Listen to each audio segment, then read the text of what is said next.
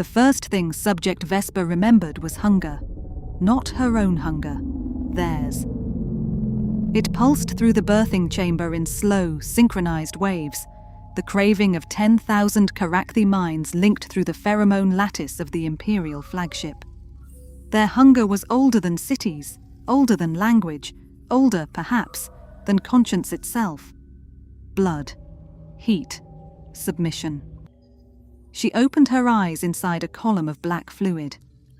Beyond the curved glass, 3 Kharakthi geneticists watched her awaken. They stood nearly 3 meters tall, their bodies narrow and angular, balanced upon 4 segmented legs. Their upper limbs ended in serrated grasping hooks folded against plated chests. Their heads resembled those of earth mantises, but their mouths were surrounded by rings of flexible feeding tendrils, each tipped with a hollow fang. Vampires in chitin. That was how humans would have described them. The Kharakthi called themselves the Eternal Court. They had conquered 79 inhabited worlds. On 61 of those worlds, the native populations had been harvested to extinction. A voice entered Vesper's mind through the neural induction field. "You are beautiful." The speaker was High Anatomist Xerak, architect of her body. His head tilted as he studied her through the glass. "You are their idea of beauty." Vesper looked down. She had pale skin, long dark hair, grey-green eyes, and the carefully engineered proportions of a human woman in perfect health. She appeared 25 years old. Every angle of her face had been generated from billions of cultural records stolen from Earth's data networks. Symmetry softened by imperfection, confidence balanced with vulnerability, a smile capable of lowering suspicion, a voice designed to inspire trust. Her body had not been created merely to resemble a human. It had been created to become whatever a specific human desired. The fluid drained from the chamber. Vesper collapsed onto the polished floor, gasping as artificial lungs filled with air for the first time. Her senses ignited. She smelled antiseptic resin, cold metal, Kharakthi blood. Under her gums, a second jaw flexed. It was folded within the bones of her face, a narrow inner mandible capable of launching forward with enough force to pierce a human skull. Behind each eye rested a crystal emitter connected to a compact biological capacitor. One focused burst could cut through armored glass. Beneath the skin of her forearms and spine, hundreds of microscopic venom spines waited inside muscular sheaths. Her blood carried tailored neurotoxins. Her fingertips could release contact poisons. Her heart contained a self-destruct organ. She was seduction refined into military hardware, a weapon wearing the shape of a young woman. Xerak approached. His hooked limbs clicked against the floor. "State your purpose." Vesper raised her head. Her first spoken words came in flawless English. "I will travel to Earth. And I will gain access to President Adrian Vale. And I will make him love me." The Kharakthi scientists released a clicking vibration equivalent to laughter. "And when he trusts you? I will obtain the authorization codes controlling the Helios Defense Network." "And what will happen after that?" Vesper's expression remained calm. "The solar system will become defenseless. The Eternal Court will feed." Xerak extended one hooked limb and traced the tip beneath her chin. Vesper did not recoil. "You have no childhood," he said. "No family, no soul. Those things create hesitation." His mandibles spread. "You were born for obedience." The ancient gate beneath the Egyptian desert had slept for 12,000 years. Human archaeologists believed the underground structure near Saqqara was a ceremonial tomb. They never discovered the final chamber because its entrance did not exist in ordinary space. At 2:13 local time, the stone wall folded inward without sound. Vesper stepped through. She wore a torn expedition suit and carried the memories of a fabricated life. Dr. Elena Voss, European astrophysicist, survivor of a classified lunar accident. Multiple governments had records confirming her existence. Her academic papers existed. Her childhood photographs existed. School administrators remembered her. The Kharakthi had rewritten digital history so thoroughly that even Eleanor's fictional mother possessed a grave in Vienna. The gate closed behind her. For the first time, Vesper stood alone. No voices in her mind, no pheromone commands, no imperial hunger, only silence. She listened to grains of sand settling between stones. Then she heard something else. Music. Faint. Distorted by layers of rock. A human guard somewhere above was listening to a radio. A woman's voice sang in Arabic, accompanied by strings and hand drums. Vesper stood motionless. The melody served no military function. It transmitted no command. It contained no tactical data. Yet something in the sound pressed unexpectedly against her chest. She accessed her implanted database. Music, structured sound arranged to produce emotional response. Emotional response. The Kharakthi had given her a complete understanding of human feeling. They had not expected her to experience it. Captain Elias Ward first saw her through the canopy of a rescue shuttle. She was walking alone across the desert at dawn. No vehicle, no water, no footprints behind her beyond 30 meters. His instruments had detected an energy surge beneath the ruins, followed by a distress beacon transmitting an obsolete European Space Agency code. Ward banked the shuttle low. Sunlight spilled across the dunes like molten copper. The woman looked up as the aircraft descended. She did not shield her eyes. That was the first detail he noticed. The second was that she looked impossibly calm. He landed 50 meters away and stepped into the heat. Ward was 32, broad-shouldered, dark-skinned, with close-cropped hair and the tired eyes of a man who had spent more hours beyond Earth's atmosphere than beneath its sky. He held one hand near the sidearm on his flight suit. "Dr. Voss?" Vesper examined him. Her mission database identified him immediately.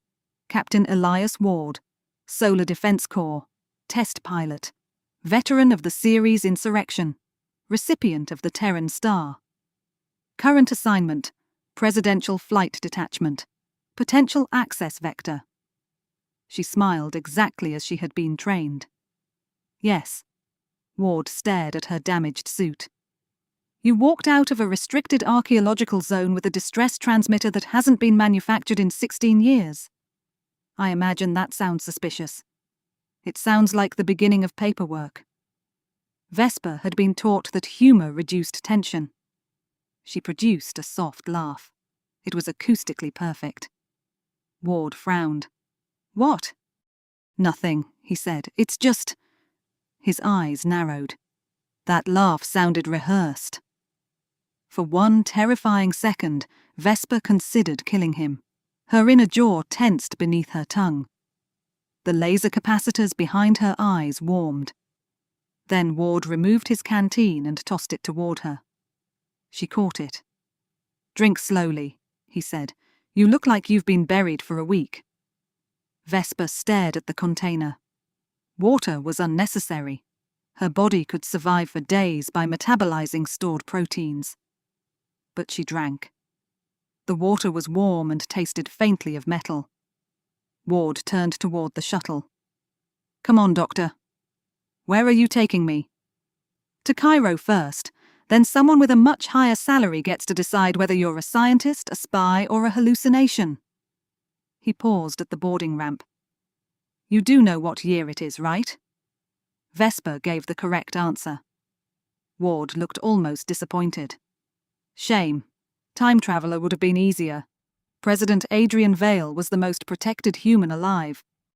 He lived in Aurora Station, an orbital city positioned above the equator.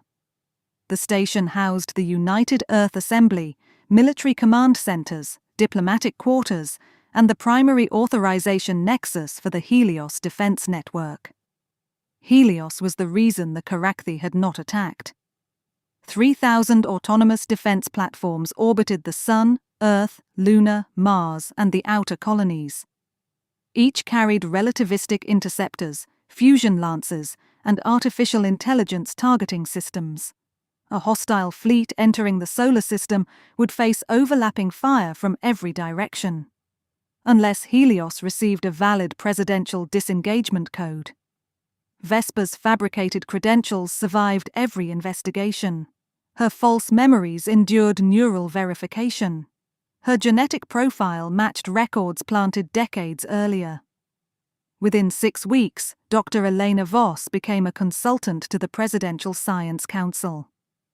Within 10 weeks, she met Adrian Vale. He was 58, silver-haired, composed, and far less vain than the Kharakthi psychological models had predicted. Vesper encountered him at a reception overlooking Earth. Vale stood alone beside a transparent wall, while diplomats crowded the room behind him. The planet filled the view, blue and white against endless dark. "You're staring at the storms," he said as she approached.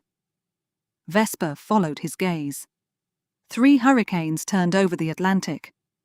"I'm staring at the planet." Most people look at the lights first. Why? Lights mean cities. Cities mean people. Vale smiled faintly. Storms remind us how little control we actually have. Vesper stepped closer. Her skin released a subtle blend of synthetic pheromones calibrated to his biology. His pupils dilated. His pulse increased by 9 beats per minute. The weapon inside her measured every change. The woman she was becoming felt ashamed. "You've spent time beyond the moon, Mr. President." "Twice." "Did Earth look different when you returned?" "Everything looked different." He glanced at her. "You're Dr. Voss, the woman from Saqqara." "So I have been told." "That is an unusual answer." "I have had an unusual year." Vale studied her face. For a moment she thought he saw through the disguise. Instead, his expression softened. "Then I hope the next one is kinder." It should have been easy. He was lonely. His wife had died 7 years earlier. His children lived on Mars. The presidency had placed him inside a fortress of ceremony and suspicion. Vesper possessed every tool required to enter that loneliness. But after 3 conversations, she understood something her creators had not. Adrian Vale did not crave beauty. He craved honesty. And she had none to offer him. Elias Ward remained suspicious. He began appearing wherever she did, in briefing rooms, on transport decks, outside laboratories. Once, in the station's artificial garden, Vesper found him sitting beneath a genetically restored oak tree while eating an apple. "You are following me," she said. Ward took another bite. "I work here." "You are a pilot. Pilots have legs." "You requested access to my medical file." "You have excellent hearing." "I have excellent sources." He looked up at her. "You appeared in a desert next to an energy signature no human technology can explain. Your personnel records are flawless. That concerns you?" "Nothing is flawless." Vesper sat beside him. "That is a very cynical philosophy. It keeps spacecraft from exploding." He offered her the apple. She hesitated. "Have you never eaten one?" "Of course I have." "Then why are you looking at it like it's armed?" Vesper took the fruit. Her first bite overwhelmed her senses. Sweetness, acidity, moisture, the faint bitterness of the skin. She had possessed the chemical data for apples since birth. The experience was nothing like the data. Ward watched her expression change. "You really haven't." Vesper swallowed. "I had forgotten." "What?" "How much I liked them." It was the first true thing she had ever told him. Ward leaned back against the tree. "My grandmother grew apples in Kenya, hydroponic ones, small, ugly things, best fruit in the solar system." "That seems statistically unlikely." "Statistics don't have grandmothers." She looked at him. The sentence made no logical sense, yet she understood it perfectly. Ward told her about Earth, not the version stored in Kharakthi intelligence archives, his Earth. He described thunderstorms over Nairobi, frozen lakes in Canada, crowded markets in Lagos, old jazz clubs in New Orleans, and the weightless silence beyond Saturn. He spoke of humanity without pretending humanity was innocent. He had seen wars. He had watched colonies starve because governments argued over fuel shipments. He had killed people during the series insurrection and still dreamed about their faces. "We're not special because we're good," he told her one night. They were floating inside a maintenance bay while technicians repaired the station's gravity ring. "We're special because we know what we're capable of, and some of us still try to be better." Vesper drifted beside him. Below them, Earth shone through the open structural lattice. What if someone was created to be incapable of goodness? Ward turned toward her. "Created by whom?" She looked away. "Hypothetically. No one gets to decide what you're capable of forever. You believe people can change?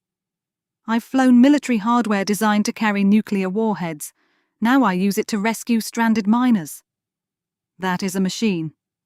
So? A machine does not choose." Ward's expression became strangely gentle. "Neither do most people, until the moment they do." Vesper kissed him. It was not calculated, not rehearsed, not part of her mission architecture. For the first time in her existence, she acted without knowing the outcome. Ward stiffened in surprise. Then he kissed her back. The sensation was warm, clumsy, imperfect. Her threat detection systems screamed. Her heartbeat became irregular. Her body prepared toxins, blades, and defensive reflexes because it had no other language for vulnerability. She pulled away. "I'm sorry." Ward's forehead remained close to hers. "You don't look sorry." "I don't know what I am." "That makes two of us." The Kharakthi contact signal arrived 3 days later. It came through a frequency hidden inside solar radiation. Vesper received it through an organ buried along her spine. Mission status. She stood alone in her quarters. Her muscles locked as the Imperial command sequence took control of her nervous system. Report. She tried to resist. Pain spread through every nerve. "Target access incomplete," she whispered. "Delay unacceptable. Fleet arrival, 11 days. Obtain Helios codes." Vesper fell to her knees. A projection formed in her mind. The Kharakthi fleet waited beyond Neptune. 900 warships concealed inside gravitational shadows. At its center was the Imperial flagship, the Devourer of Dawn. And upon its throne sat Emperor Vale Karath, ruler of the Eternal Court. The being whose genetic matter had been used to construct her weapons. Her father, by the ugliest definition of the word. The signal deepened. Failure will result in planetary harvest. Success will result in selective harvest. Vesper understood the offer. Betray Earth, and perhaps a few billion humans would survive as livestock. Refuse, and none would. She screamed until her throat bled. President Vale invited her to dinner on the 9th day. The meal took place in a private chamber near the Helios command nexus. No guards stood inside. No cameras watched. Vesper wore a black dress selected by the presidential staff. Her forearms concealed enough venom to kill everyone on Aurora Station. Vale poured 2 glasses of wine. "You have been distant," he said. "I have been afraid." "Of me? Of what I may do to you?" Vale set down the bottle. For the first time, he looked less like a president and more like a tired man. "Elena, I care for you, but I suspect you know that already." Her pheromone system activated automatically. She shut it down. "I know." "And?" "I am not the person you believe I am. No one is. You do not understand. Then help me." Vesper looked toward the sealed door leading to the Helios nexus. He had access. His hand, retinal pattern, voice, and neural signature could unlock the command chamber. Once inside, she could extract the codes in 30 seconds. She had spent months preparing for this moment. Instead, she said, "Earth is going to be attacked." Vale did not move. "By whom?" "My creators." Silence filled the room. Vesper opened her mouth. The lower half of her face split along hidden seams. Her secondary jaw unfolded with a wet metallic click, extending 20 centimeters beyond her teeth. Vale stared at it. Vesper retracted the weapon. The seams sealed. "I was made to deceive you," she said, "to make you love me, to steal the Helios codes." Vale's face became pale. He reached slowly toward the emergency control beneath the table. Vesper could have killed him before his finger moved a centimeter. She placed both hands where he could see them. "Call security." He pressed the control. Alarms sounded. The doors burst open. Elias Ward entered first, weapon raised. His eyes found Vesper. Then the whine. Then the terror on Vale's face. "Step away from the President." Vesper obeyed. Ward's pistol remained aimed at her chest. "What did you do?" "Elias!" "Don't." The word struck harder than any weapon. Security officers surrounded her. She could kill them all. Laser bursts through their skulls, venom through the air, bones broken before they could fire. Instead, she lowered herself to the floor. "I am sorry," she said. Ward's jaw tightened. Was any of it real? Vesper met his eyes. "All of it." He looked away. That hurt more. Humanity believed her. Not because they trusted her, because they verified the fleet. Long-range probes adjusted their sensors and detected distortions beyond Neptune. 900 ships. Helios entered full combat readiness. Mars activated underground batteries. Lunar cities sealed their pressure gates. Civilian vessels were recalled. Every human colony from Mercury to the Kuiper Belt prepared for war. The Kharakthi attacked 6 hours ahead of schedule. Their fleet emerged from concealment in a formation shaped like a narrowing spiral. Black ships unfolded in sectile wings and accelerated inward under gravity drives. Helios opened fire. The outer system became a storm of artificial suns. Fusion lances crossed millions of kilometers. Autonomous interceptors detonated against Kharakthi shields. Space itself shimmered beneath gravitational weapons. But the Eternal Court had conquered civilizations far older than humanity. For every Kharakthi ship destroyed, 3 advanced. They released clouds of living missiles that fed on radiation. They tore apart defense platforms with swarms of boarding organisms. Within 2 hours, the outer Helios ring collapsed. Within 4, Saturn's defenses went silent. Human analysts predicted Earth would fall before the end of the day. Vesper watched the battle from a containment cell. Her wrists were bound with magnetic restraints. The walls were layered with reflective ceramic to neutralize her ocular weapons. The door opened. Ward entered. He looked exhausted. "You should not be here," she said. "No argument." He placed a tablet against the transparent barrier. It displayed the Devourer of Dawn. "We can't penetrate the flagship's shields." Vesper studied the image. "You want my help." "I want to know how to kill it." "You cannot." Ward laughed bitterly. "Good talk. The shield generator is inside the central thorax. No external weapon can reach it. Then someone has to go inside." Vesper looked at him. He looked back. Neither spoke for several seconds. "You knew I would suggest this," she said. "I was hoping. They will detect any human vessel. Not a Kharakthi escape pod. You recovered one?" "Mostly." Her pulse quickened. "You would have to release me." "I know. I may still contain command conditioning." "I know." I was designed to betray you. Ward stepped closer to the barrier. But you didn't. I intended to. But you didn't. I lied to you. You also told the truth when it mattered. The station trembled as distant fire struck its shields. Ward's voice softened. You asked me whether a machine could choose. Vesper rose. What was your answer? I think you already gave it. Then the captured pod launched from Aurora Station disguised by the wreckage of a destroyed Kharakthi cruiser. Ward piloted. Vesper sat beside him. Earth burned below them. Fragments of defense platforms fell through the atmosphere like meteor rain. Cities had gone dark to reduce targeting signatures. The oceans reflected flashes of orbital combat. Ward guided the pod toward the Devourer of Dawn. Tell me something, he said. What? Your real name. Vesper. He smiled faintly. That suits you better. Elias. Yeah?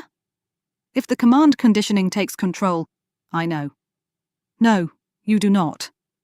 She turned toward him. You must kill me immediately. Aim for the upper heart beneath the left clavicle. The first heart is a decoy. You have 2 hearts? 3. Show off. Despite everything, she laughed. Not the perfect laugh created in a laboratory. Her own. Ward glanced at her. There it is. What? The real one. The pod entered the flagship's docking channel. Kharakthi machinery surrounded them. The Devourer of Dawn was larger than a city, its corridors built from metal, bone, and genetically cultivated tissue. Veins pulsed inside the walls. The air smelled of iron and rotting flowers. Vesper's implanted authority codes opened the inner hatch. 2 Kharakthi guards waited outside. Their weapons rose. Vesper's eyes flashed. Twin beams crossed the corridor. The guards' heads split apart in bursts of steam and dark blood. Ward stared. You could do that the whole time? Yes. I'm revising several memories. They moved through the ship. Vesper led him along nerve conduits and feeding channels. Kharakthi soldiers rushed them near the central spine. Her forearms split open. Dozens of venom spines launched from beneath her skin. They struck joints, eyes, and breathing vents. The soldiers collapsed, limbs convulsing as tailored toxins dissolved their nervous tissue. One warrior survived long enough to seize her. Its mandibles closed around her shoulder. Vesper screamed. Her secondary jaw exploded outward and tore through its throat. Hot black blood covered her face. Ward fired into another attacker, then dragged her free. Still with me? I believe so. That isn't reassuring. The Imperial command signal struck her without warning. Subject Vesper, kneel. Her body froze. Ward turned. Vesper? She hit him. The blow threw him across the corridor. He struck the wall and collapsed. Her body moved without permission. She walked toward him. Her inner jaw unfolded. Ward raised his pistol with a shaking hand. Upper heart, he whispered. Vesper fought herself. Every engineered nerve demanded obedience. Kill the human. Return to the Emperor. She saw Ward's face. The desert. The apple. Earth beneath the stars. His belief that no one could decide forever what another being was capable of becoming. Her jaw hovered centimeters from his throat. Then Vesper drove her own hand into the nerve cluster beneath her ribs. Pain detonated through her body. The command organ ruptured. She fell beside him, screaming as black fluid poured from her mouth. Ward caught her. What did you do? Chose. They reached the throne chamber as the battle entered its final stage. Emperor Vol Karath stood upon a platform of fused skulls. He was ancient and immense, his wings covered in ceremonial gold, his feeding tendrils long enough to drag across the floor. Around him waited the nobles of the Eternal Court, each one fat with the blood of conquered species. The Emperor looked at Vesper, My daughter. The words entered her mind without a transmitter. You have returned. Ward raised his weapon. A Kharakthi guard cut it from his hand. Another struck him to the floor. Vesper stood alone before the Emperor. Karath descended from the throne. You have experienced contamination. Yes, human emotion is a disease. No. The Emperor's claws opened. It makes them weak. Vesper looked at Ward. He was bleeding, surrounded, still trying to stand. It makes them choose one another.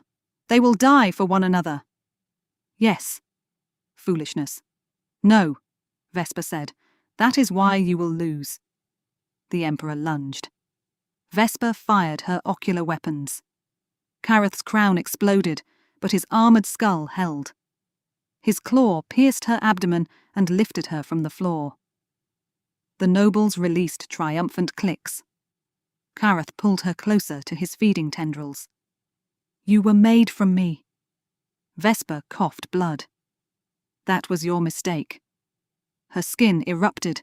Every remaining venom spine in her body launched at once. Hundreds of needles struck the Emperor's eyes, mouth, joints, and exposed neural folds. He screamed. Vesper's inner jaw snapped forward and buried itself through the roof of his mouth. Then she discharged both ocular capacitors directly into his brain.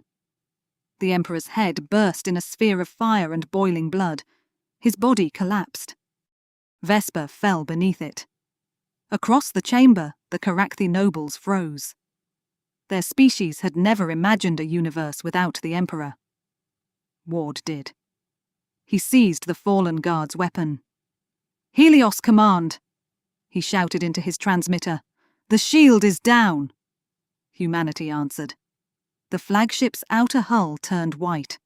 A solar lance fired from Mercury crossed the inner system at the speed of light. It struck the Devourer of Dawn. The beam passed through the ship from bow to stern. For one impossible moment, every corridor glowed like the inside of a star. Ward pulled Vesper from beneath the Emperor's corpse. Time to go. I cannot walk. Then I'll carry you. That is tactically inefficient. Statistics don't have grandmothers. She almost laughed. He lifted her into his arms. Behind them, the throne chamber began to burn. The destruction of the Devourer of Dawn shattered the Kharakthi command network. Their fleet fragmented. Some ships fled. Others fought blindly. Human vessels pursued them past Mars, past Jupiter, past the ruins of the outer defense ring. The battle lasted 19 hours. The war lasted 11 more years. Humanity did not merely defend the solar system. It followed the Kharakthi homeward, not for conquest, for liberation. World after world rose against the Eternal Court. Species once bred as livestock became soldiers, engineers, diplomats, and leaders. The Kharakthi Empire collapsed beneath the weight of everyone it had consumed. President Adrian Vale never revealed how close Earth had come to betrayal. Official histories called Vesper the first defector of the war, the first liberated Kharakthi weapon, the woman who killed an emperor. She disliked all 3 titles. Years later, she stood beneath an apple tree on a rebuilt colony near Saturn. Her damaged organs had been replaced with human-designed systems. The laser emitters were gone. The venom spines had been removed. She had kept the secondary jaw. Some instincts were difficult to abandon. Elias Ward approached carrying 2 cups of coffee. His hair had begun to grey. She accepted 1 cup. You are staring at the storms, he said. Beyond the colony dome, Saturn filled half the sky. Electrical storms flickered through its clouds. I am staring at the planet. Most people look at the rings first. The rings are obvious. Ward stood beside her. Children played beneath the trees. Human children. Kharakthi children.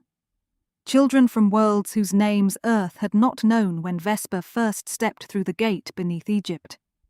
One small Kharakthi girl chased a red ball across the grass, her developing forelimbs clicking with excitement. No hunger lattice controlled her. No emperor owned her future. Vesper watched her laugh. "I was created to end your species," she said. Ward sipped his coffee. "You did a terrible job. I killed millions. You saved billions. That does not erase what I am." "No," he took her hand. "But it means you get to decide what comes next." Vesper leaned against him. For most of her existence, she had believed humanity's greatest weapon was Helios. Then she believed it was their willingness to fight. She had been wrong both times. Humanity's greatest weapon was the impossible idea that purpose was not destiny, that a soldier could become a rescuer, that an enemy could become family, that a creature born without a soul might build one through every choice she made. The Kharakthi had designed the perfect infiltrator. They had given her human eyes so she could deceive, a human voice so she could manipulate, a human face so she could seduce. But to make the disguise flawless, they had made her mind human enough to dream. And in the end, that single mistake destroyed an empire.